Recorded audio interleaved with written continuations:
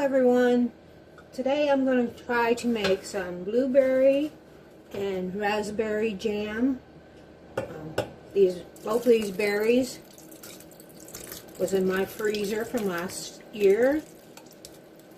There's 4 cups in total.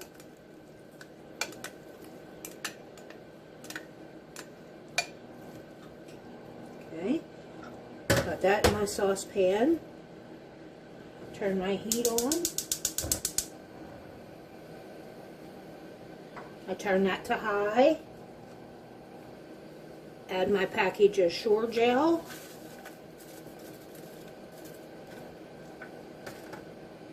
And I also add about a tablespoon of real butter to help cut down on the foam.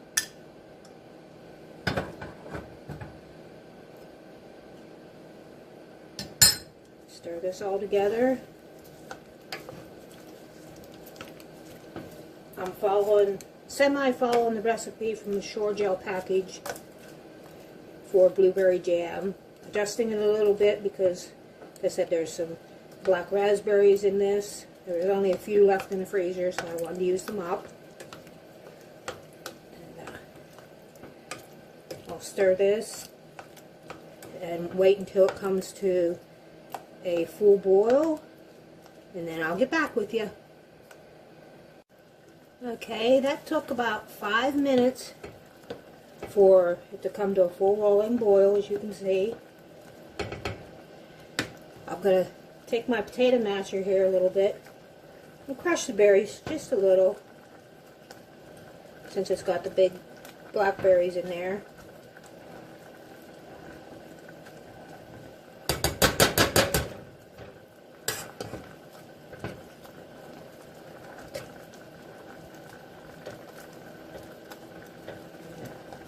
That looks pretty good. Like I said, this is jam, so it will have, you know, chunks in it. Clean off my potato masher. Don't want any of it to go to waste. Stir again. Say, it's at full rolling boil.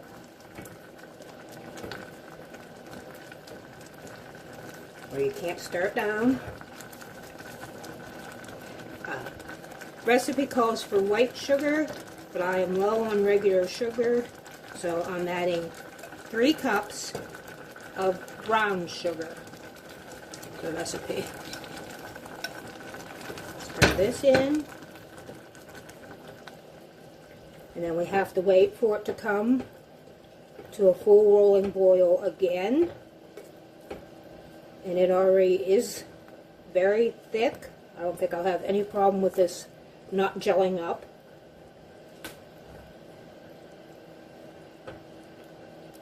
Like I said, we have to bring it back up to a full rolling boil where you can't stir it down. Doesn't look like I'm going to have maybe a little bit of foam, if any, and that's why I added the butter to my recipe. That's a trick that my mom taught me.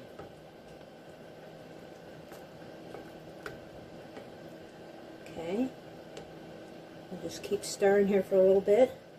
And also, if you like these sorts of videos, cooking videos, preserving videos, anything really that relates to a homestead or homemaking, like and subscribe to my channel.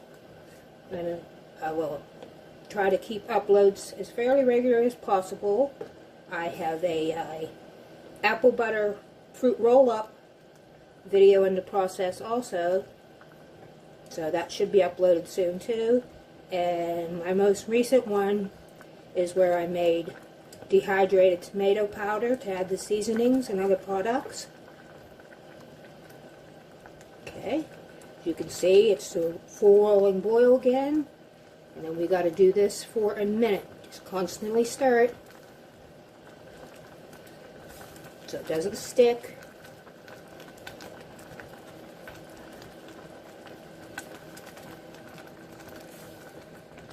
I'm getting very, very little foam. It smells delicious.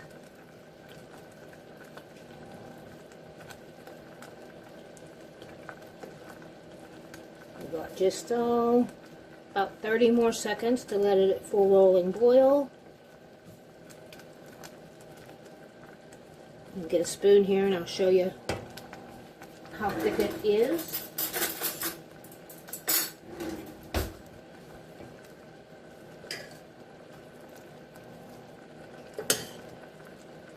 This is going to be a nice thick jelly jam for on toast, homemade biscuits. Would even be good probably on pancakes. Okay, that's a full minute. I'm going to turn it off and I'll go right back with you as soon as I get my jars ready.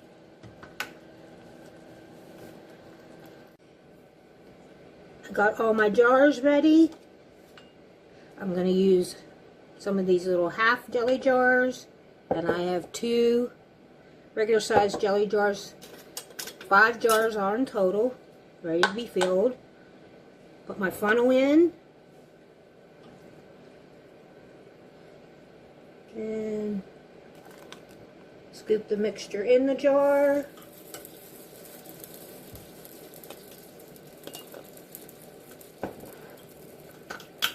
Take a brand new lid. I always wipe the rim of the jar, make sure there's no sticky substance, no cracks on the rim. Apply the lid, the ring, and this is how I was taught to make jelly, and then it seals up. We just flip them upside down on a towel, and they will seal as the heat goes to the bottom of the jar. Like I said, this is USDA approved, but this is how I was taught and never had issues with jelly not sealing and staying good. Fill my second jar. I leave approximately 1/4 of an inch of headspace in my jars. Again, you wipe the rim. It's a good way to, make sure there's no chips in the rim to keep it from not sealing. The lid, the ring, tighten, and turn upside down.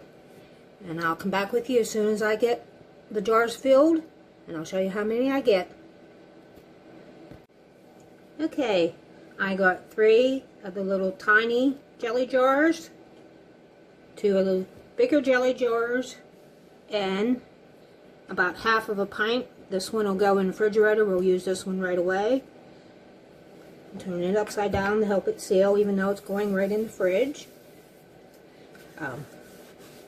I can and process things a little differently than maybe the USDA, but you should always follow your recipes unless you feel safe doing it for your family. Make adjustments as you choose to your tastings, but as long as the jar seals, there shouldn't be a problem to keep it on your shelves. And again, I got the 1/2 a pint jar that we'll use right away, and these other 5 will go in my pantry cupboard for later use. Again, if you like these kind of videos, please like and subscribe. Thank you.